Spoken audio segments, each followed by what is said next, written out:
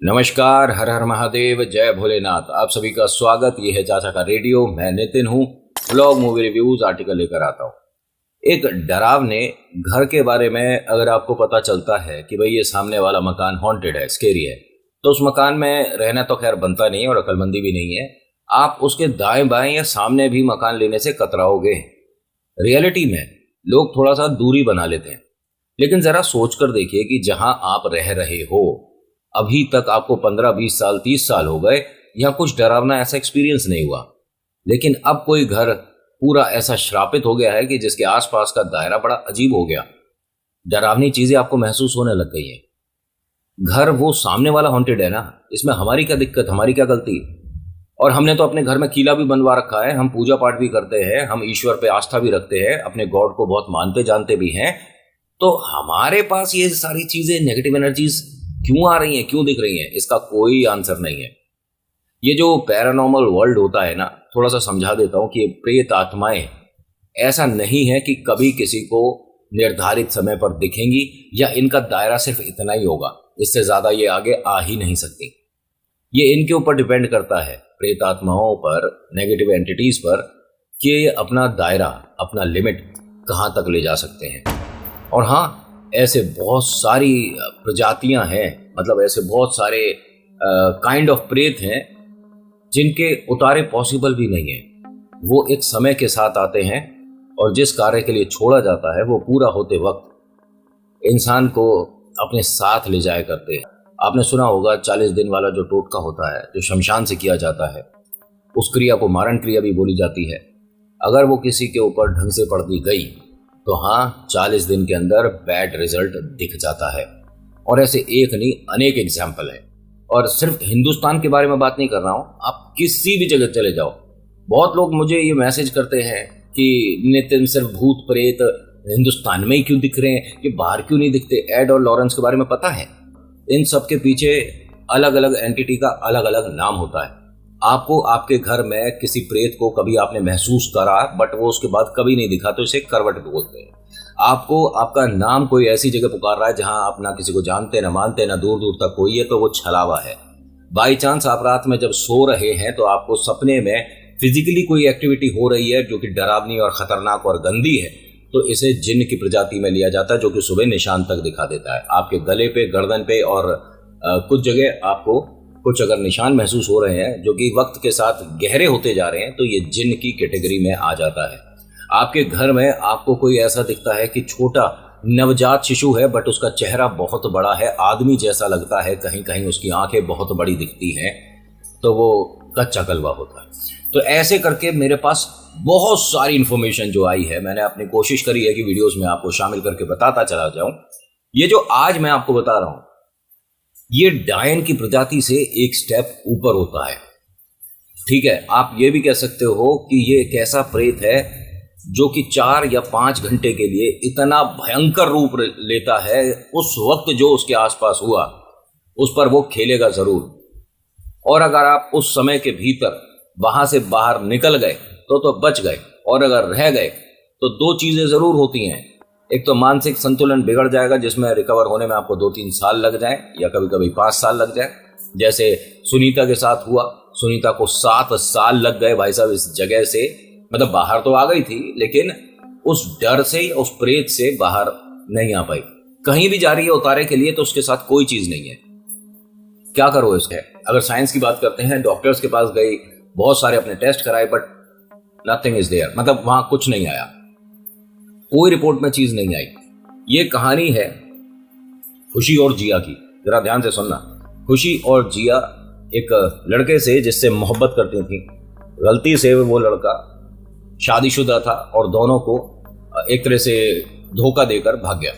खुशी और जिया ये दोनों बहनें नहीं हैं, ये दोनों दोस्त हैं, बट दोनों को जिससे मोहब्बत हुई, रिजवान नाम का लड़का था, ये इनको मोहब्बत हुआ 2 साल पहले, इनको मोहब्बत हुआ 1 साल बाद। तो ऐसे करके दोनों को, लेकिन लड़का वो एक ही था, रिजवान, जो कि दोनों को धोखा देकर गया। ऐसा मतलब आर्टिकल में जो है, यहाँ जिया और खुशी दोनों दोस्त बनती हैं तकरीबन इस दर्द और इस बेवकूफ आदमी के चपेटे में आने के 3 साल बाद।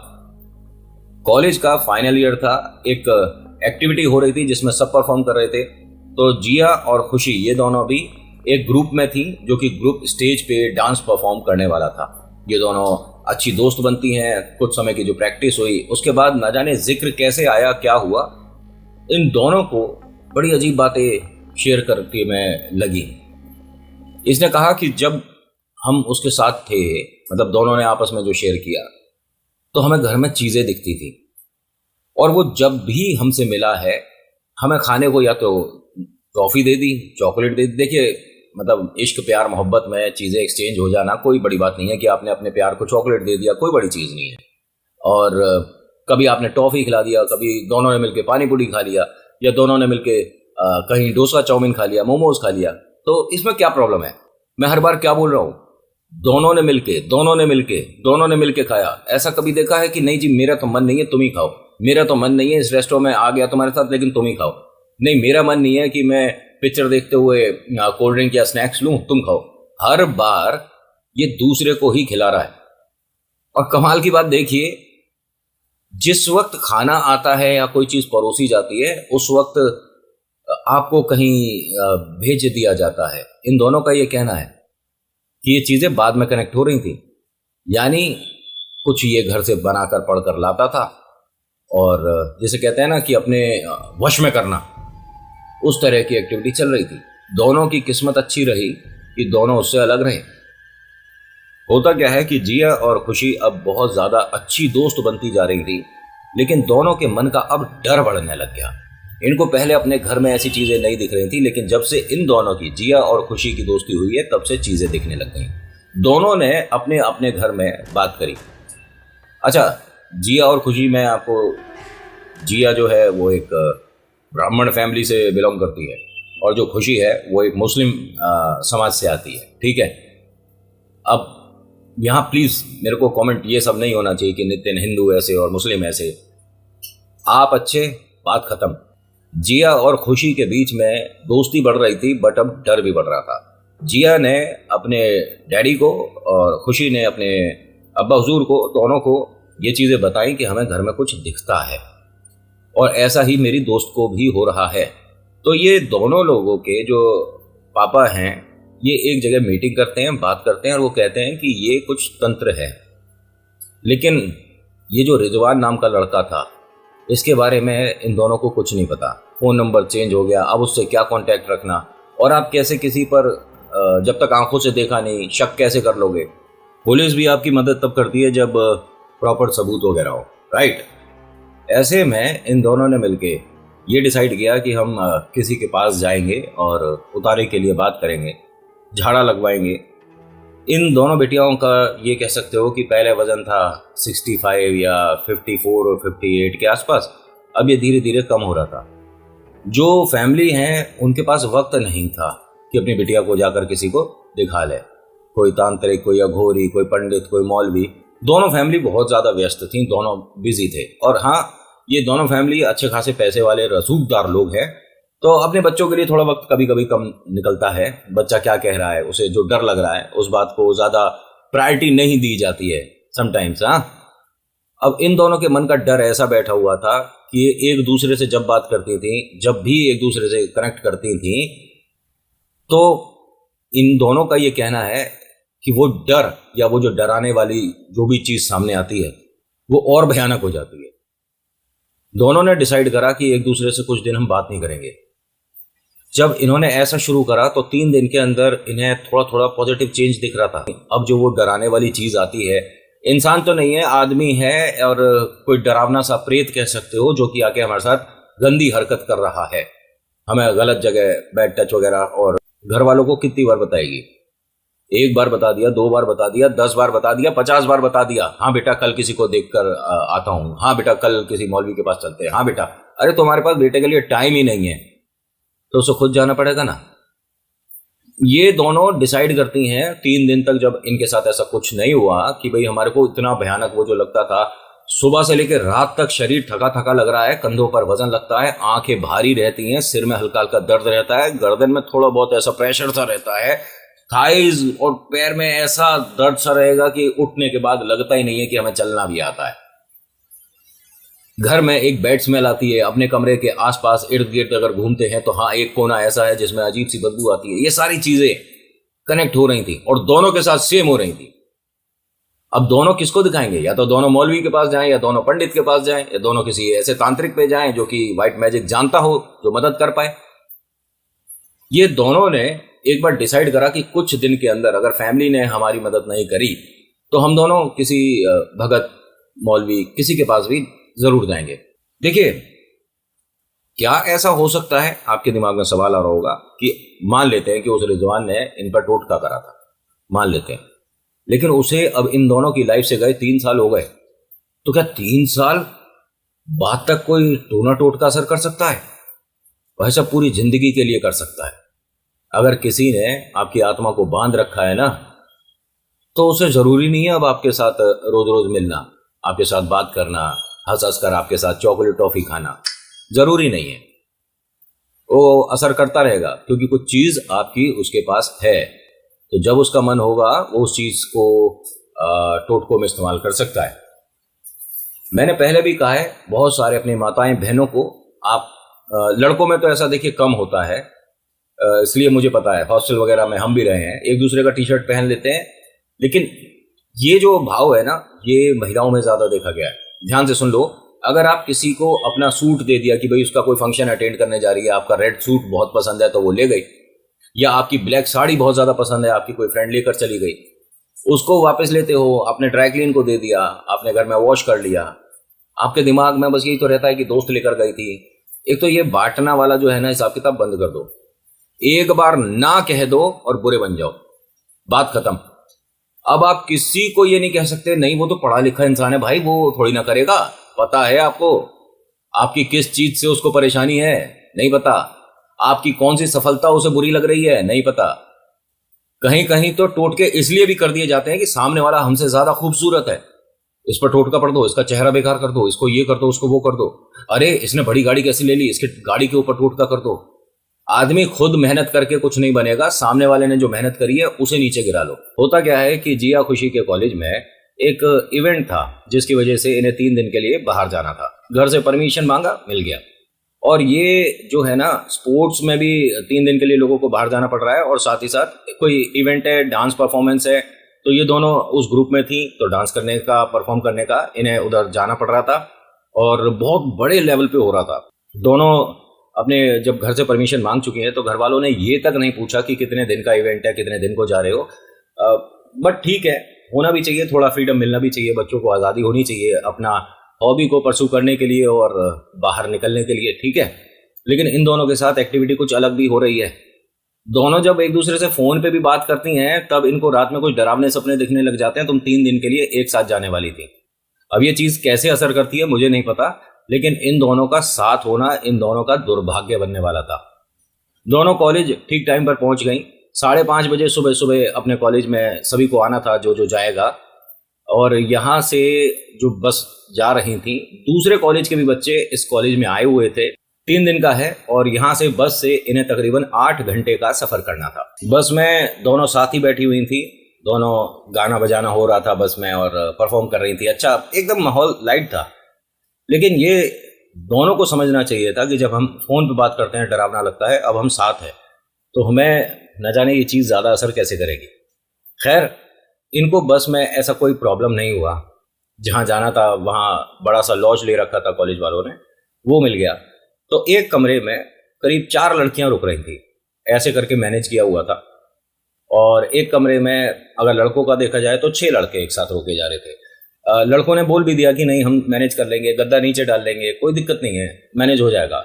लड़कियां भी कमरे में तो 4 ही बोली गई थी, लेकिन अपना वो अंताक्षरी हो रही है, गीत संगीत हो रहा है, आपस में डिस्कशन हो रहा है, तो एक कमरे में 11-12 लड़कियां थीं, जिस कमरे में ये दोनों भी थीं। रात में बात करते करते न जाने कैसे ये भूत प्रेत की बातें शुरू हो गई। तो जिया और खुशी, बाकी बच्चों ने बताया कि डर कर दोनों एक कॉर्नर में जाकर बैठ गए, दीवार से एकदम अपने आप को लगा लिया और ये कह रही हैं कि बस मेरे पास मत आओ, मेरे से दूर हो जाओ। दोनों कुछ इस तरह की अजीब एक्टिविटी कर रही हैं। ये भागकर बच्चा कोई गया नीचे, टीचर को बताया। मैडम ऊपर आती हैं, पहले तो उन्होंने टाइम देखा कि रात का 1-1:30 बज रहा है, तुम सब सोई नहीं हो। नहीं मैम, अभी सब लेटे ही थे और एकदम से ये दोनों उठकर बैठ गई और ऐसी एक्टिविटी कर रही हैं। मैडम ने लाइट्स वगैरह ऑन कर रखी थी। पहले जिया के पास गई, जिया बेटा ठीक है तू? जैसे ही ये बोला गया या उसके कंधों को इस तरह से छुआ गया, वो एकदम नॉर्मल हो गई। हाँ मैम सॉरी, गुड इवनिंग, मैं नींद में थी शायद। अच्छा बेटा तू ठीक है ना? हाँ हाँ। फिर खुशी के पास गई, खुशी को भी यही पूछा, बेटा तू ठीक है? वो भी एकदम नॉर्मल हो गई। ये कह सकते हो कि इनके और प्रेत के बीच में जो कनेक्शन बन रहा था, जिसको ये महसूस करना शुरू कर चुकी थी, वो एकदम से टूट गया। मैडम यहाँ से जाती हैं, सारे बच्चे जो इस रूम में थे वो बार बार आकर पूछते हैं कि तुझे क्या हुआ था और तुम दोनों एक तरह से ही जो बिहेव कर रही थी, क्या हुआ? नहीं नहीं सब कुछ ठीक है। दोनों ने एक साथ क्या बोला, पानी पिलवा देना। अब दोनों ने एक दूसरे को देखा, खुशी और जिया ने। थोड़ा सा स्माइल करती हैं तो बाकी दोस्त क्या बोलती हैं कि देखो इन दोनों की इतनी गहरी दोस्ती है कि पानी भी एक साथ ही मांगा है। ये दोनों जैसे जैसे बैठी हुई थी, एक बेड के इस तरफ बैठी थी, एक बेड के उस तरफ बैठी थी, दोनों खड़ी होती हैं और दोनों ने चेहरा नीचे कर लिया।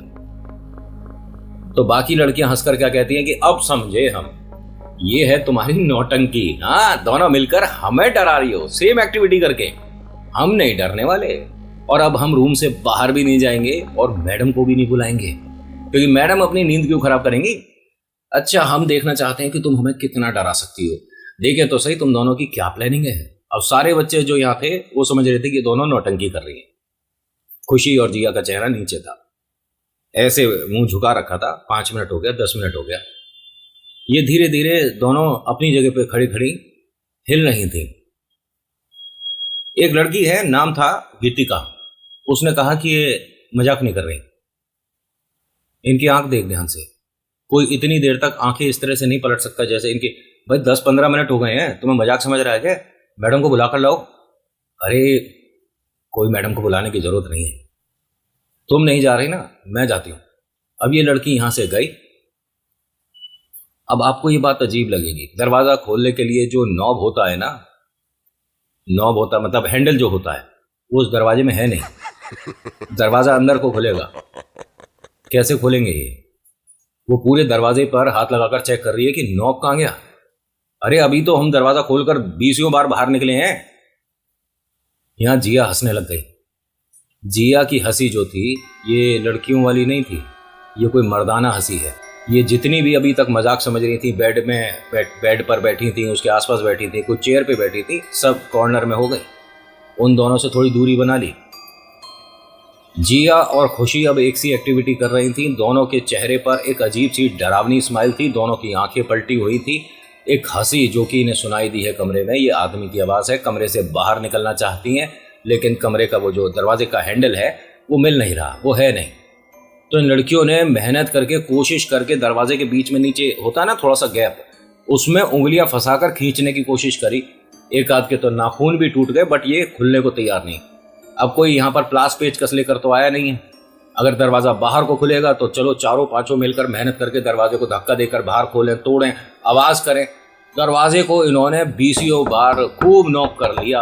आसपास इतने सारे लोग हैं, इतने सारे लड़के सामने कमरे में हैं, मैडम इतनी सारी 2 कमरे छोड़ के रह रही, किसी को इनकी आवाज या चीखें सुनाई नहीं दे रही हैं।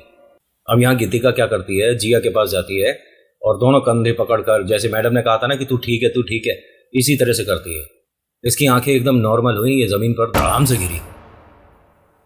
तो दूसरी लड़कियों ने देखा कि भाई अगर ऐसे करके ये जो इसके साथ समस्या हो रही है उससे बाहर आती है तो हम खुशी के लिए करते हैं ना। अब एक लड़की, नाम था उसका कल्पना, कल्पना गई खुशी के पास और कंधे पकड़ के जैसे ही उसने ये कहा ना कि तू ठीक है क्या, कोई परेशानी है, अरे तू सही है क्या, ये एकदम हंसने लगी। हंसते हुए इसने उस लड़की को दोनों शोल्डर से ऐसे पकड़ा, दोनों कंधों को ऐसे पकड़ लिया उस लड़की को, और अपने से थोड़े वजन में या थोड़ी फिजिकली ज्यादा फिट लड़की को हवा में उठा दिया, दोनों कंधे से पकड़कर। जितनी भी लड़कियां हैं अब चीखने चिल्लाने लग गई। जो गीतिका उसके पास बैठी हुई थी वो डर कर कॉर्नर में खड़ी हो गई, और उसके साथ जिया जो थी वो डर कर कांप रही है और कहती है कि इसे छोड़ दो, आप इसे छोड़ दो, मेरी दोस्त को छोड़ दो। आप पता नहीं कोई नाम लिया और ये एक आदमी का नाम है। जो लड़कियां डर रही थी, चीख रही चिल्ला रही थी, उससे पूछती हैं कि तूने किसका नाम लिया है, और उसने एकदम से छोड़ दिया। छोड़ने के बाद ये बेड पर सीधे लेट गई। ध्यान से सुन लेना। यहाँ पर खुशी की मदद करी थी ना जिया ने। जिया बेड पर पिलो वगैरह सेट करती है और आराम से सीधे लेट जाती है और बाकी लड़कियों से कहती है तुम सब कमरे से बाहर चले जाओ। उसने कहा कि क्या बोल रही है तू, और तू भी हमारे साथ बाहर चलेगी, और तेरे को बताते में हमें भी अजीब लग रहा है कि दरवाजे पे कोई नॉब, कोई हैंडल है ही नहीं। खुशी ने कहा कि कौन कह रहा नहीं है, देखो जाकर। अब जब देख रहे हैं तो हैंडल है। दरवाजे को खोला ना तो आराम से खुल गया। सारी लड़कियां गई यहां से, गीतिका नहीं गई। कल्पना ने दरवाजे से आवाज दी कि गीतिका चल यहां से, मैडम को लेकर आते हैं। करी मैं नहीं जाऊंगी, इन दोनों के साथ कोई बड़ी दिक्कत चल रही है। तो गीतिका तू क्या कर लेगी? उसने कहा कि जो मुझे आता है वो तो मैं करूंगी, तुझे क्या आता है इन सब के बारे में? उसने कहा जब मैं 7 साल तक की थी ना तो मैंने ऐसे पाठ में रोज बैठी हूं। मैं अपने दादाजी को जो ये पढ़ते थे अच्छे से जानती पहचानती हूं। तू बस ये मानकर चल कि दादाजी ने मुझे एक तरह का आशीर्वाद दे रखा है। मतलब तू जा यहां से। तो गीतिका तू करने क्या वाली है, तू जा। नहीं नहीं मैं नहीं जाऊंगी। अब ये गीतिका कल्पना दोनों अच्छी दोस्त थी। उसने कहा कि मैं तेरी ही मदद करूंगी। दरवाजा बंद कर लिया। बाकी लड़कियों ने जाकर मैडम को बताया। मैडम कहती हैं कि तुम्हारी नौटंकी में अब मैं कोई पार्टिसिपेट नहीं कर रही, मुझे मतलब नहीं तुम क्या कमरे में कर रहे हो। बाकी टीचर्स भी हंसने लग गई कि ये देखो इनके नौटंकी देखो, भूत प्रेत वाली बातें कर रही हैं। अब बेटा ये ड्रामे बहुत पुराने हो गए और ये चीजें एग्जिस्ट नहीं करती हैं। उन्होंने बताया कि उसने मुझे हवा में उठा दिया था कंधे से पकड़कर, और इतनी देर के लिए कोई किसी को नहीं उठा सकता। और जिस तरह की पोजीशन से मुझे उठाया हुआ था ना, ऐसा पॉसिबल भी बहुत कम है। आप किसी बच्चे को भी उठाते हो तो ऐसे अंडर आर्म में हाथ रखने के बाद ही तो उठाते हो। शोल्डर से पकड़ के कितनी देर के लिए उठा लोगे? ट्राई करके देखना। अगर आपका वजन 50 है और सामने वाले का 80 है, 85 है, उसे उठाकर देखना कितनी देर तक के लिए उठा सकते हो। गिनती के 2 या 3 सेकंड, वो भी जब सामने वाला आपको सपोर्ट करे कि हाँ वो भी थोड़ा सा जंप करना चाहता है। अदरवाइज पॉसिबल नहीं है। ट्राई करके देख लेना, मेरी बातों पे मत आओ, ऐसा करके देख लेना। अब यहाँ गीतिका और कल्पना जिया और खुशी की मदद के लिए थे। जिया बेड पर सीधी लेटी हुई थी। खुशी बिल्कुल बेड के बराबर में खड़ी थी, एकदम स्ट्रेट खड़ी थी और चेहरा उसने नीचे कर रखा था, आंखें ऊपर उठा रखी थी। देखने में चेहरा उसका लग ही नहीं रहा था। गीतिका इन दोनों के सामने बैठती है और कुछ चीजें पढ़ना शुरू करती है। अब इसे यहाँ पर उतारे के लिए जो जो चीजें चाहिए कुछ अवेलेबल नहीं है। कल्पना से कहती है कि देख किसी के बैग में कोई पेन पेपर मिलेगा। उसने बैग ढूंढने शुरू करे तो हाँ एक बैग में इसे एक रफ कॉपी सी मिली, एक पेन मिला और इससे काम चल जाएगा। उसने कहा कि हाँ देखती हूँ। इन दोनों के सामने लाइट में फ्लक्चुएशन हुआ। लाइट बंद हो रही है, ऑन हो रही है, बंद हो रही है, ऑन हो रही है। लेकिन इस बीच में एक आदमी की झलक दिख गई। कमरे में कौन कौन है? गीतिका, कल्पना, जिया और खुशी। दरवाजा बंद है। ये आदमी कौन है? ये आदमी मतलब आपको कैसे समझाऊं? इनके आर्टिकल में जिस तरह का उसका विवरण किया गया हुआ है कि कम से कम 4 लोगों के बराबर उसके शोल्डर थे। ये जैसे हमारा शोल्डर होता है ना, 1 2 3 4, 4 के बराबर का शोल्डर, इतना जैसे कह सकते हैं चौड़ा आदमी था। उसका जो चेहरा है वो 2-3 लोगों के बराबर जितना बड़ा था। ठीक है। उसकी हाइट जो थी वो आपके कमर के बराबर थी। ये बेड पर खड़ा हुआ है, एक झलक में दिखा है। बहुत लंबी दाढ़ी थी। कल्पना गीतिका को देखती है तो गीतिका डरने लग गई। पूछा कल्पना ने, तू अगर नहीं कर पाएगी ये चीज तो बाहर चलते हैं। यहां ये क्या कहती है कि जिया और खुशी को दोनों को किसी ने एक रस्सी से बांधा हुआ है।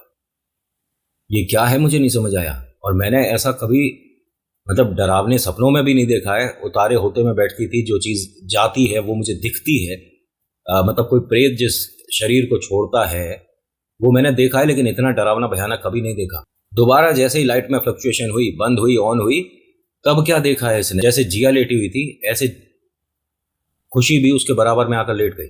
जैसे ही लाइट में फ्लक्चुएशन दोबारा हुआ ना तो गीतिका एकदम अपनी जगह से खड़ी हो गई कि ये ज्यादा बड़ी चीज है और मैंने अब एक औरत को देखा है।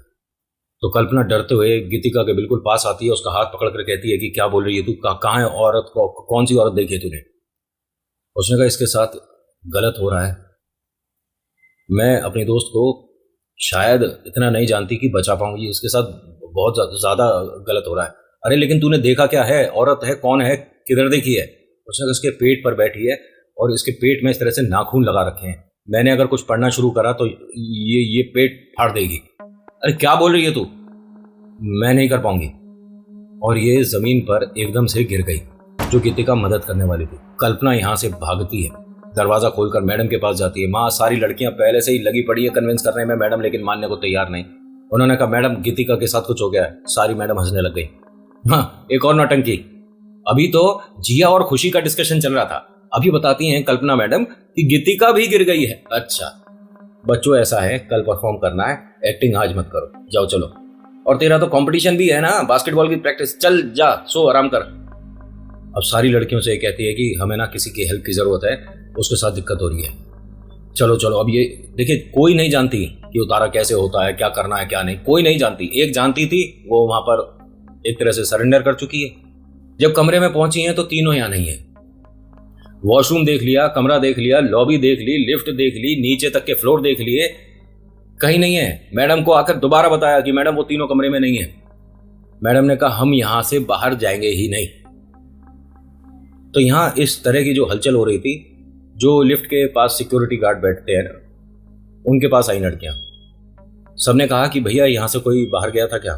उन्होंने कहा हाँ, 3 लड़कियां थी और वो कह रही हैं कि थोड़ा सा मार्केट तक जा रहे हैं। और जिस जगह ये रह रहे हैं ना, एक तरह का ऐसा हिल स्टेशन कह दो जहां पर रात में भी चहल पहल रहती है। रात के 2, ढाई, 3 बजे भी लोग चाय पीने, भुट्टा खाने आ जाते हैं। तो गार्ड ने भी नहीं रोका। भाई बच्चे बड़ी उम्र के हैं, अब इन्हें क्या बोलूं, किसी को रोक दूंगा, टोक दूंगा तो बुरा मान जाएगा।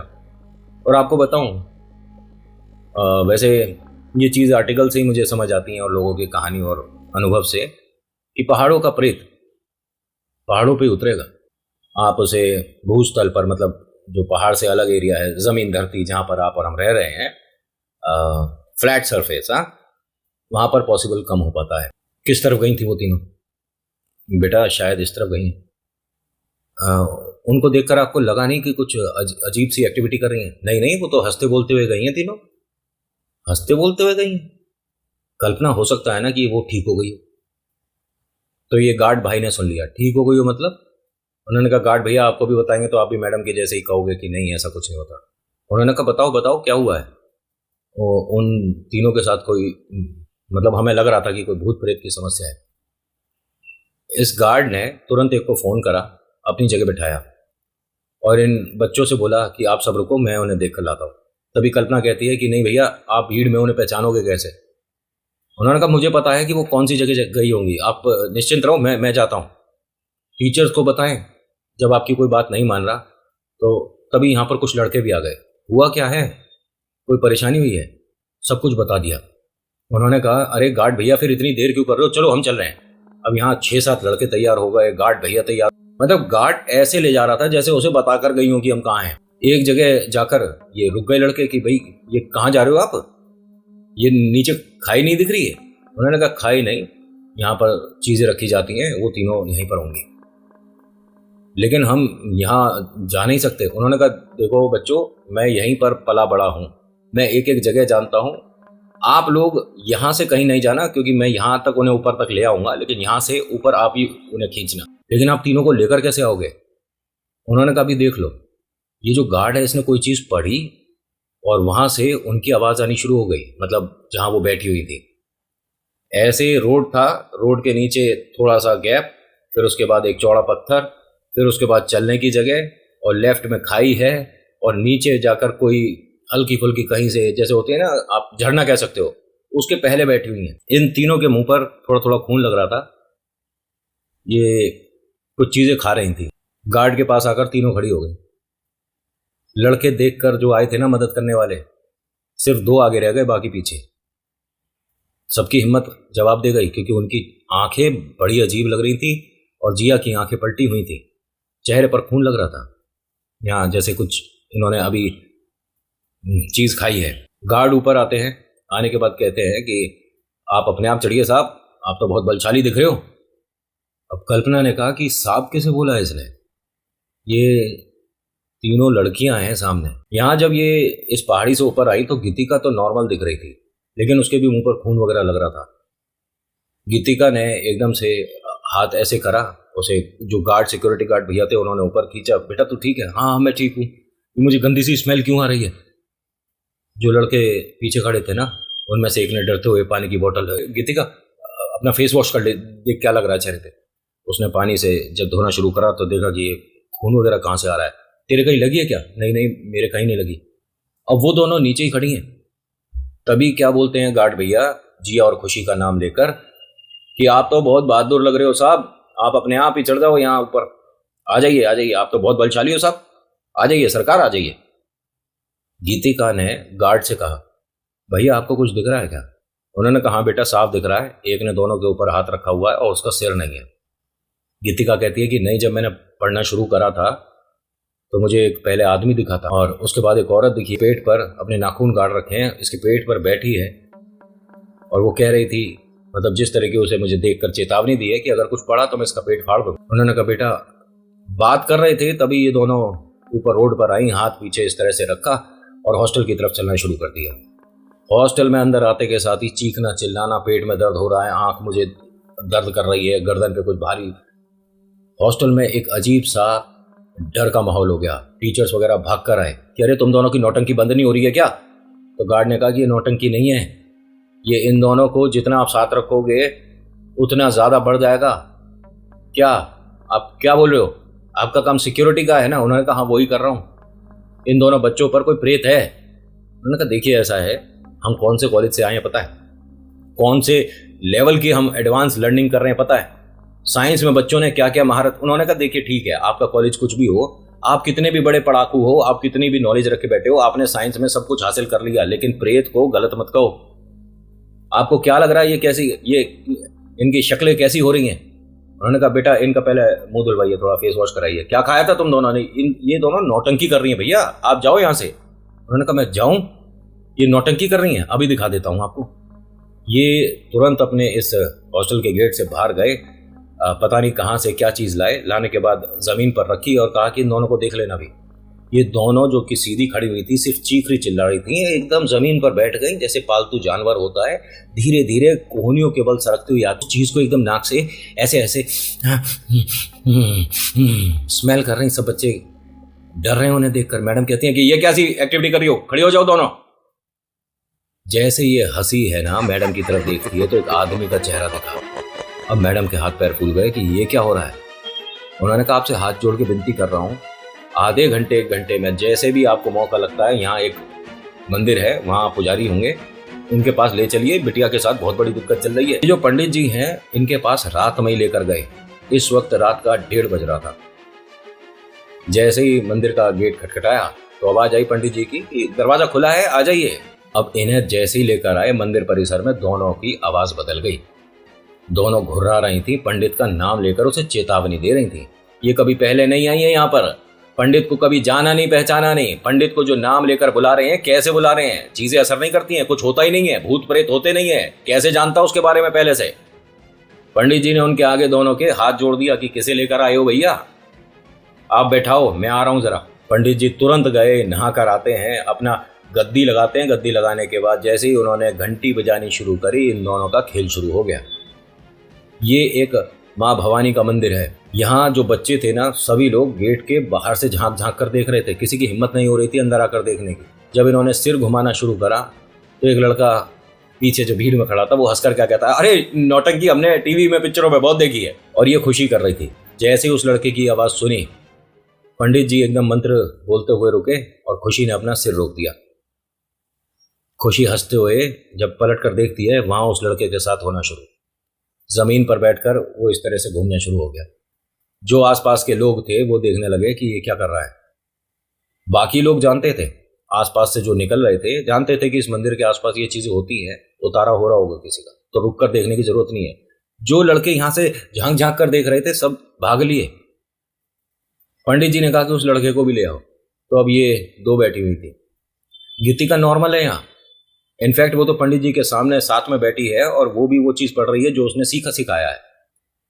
इस लड़के के साथ भी हुआ। नाम इस लड़के का यतेंद्र था, ठीक है।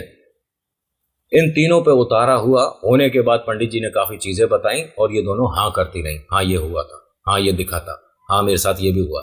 ये पंजों के बल चलती थी दोनों 1.5 महीने से। घर में किसी को नहीं पता था, मतलब एड़ी जमीन पर नहीं रख रही थी। क्यों?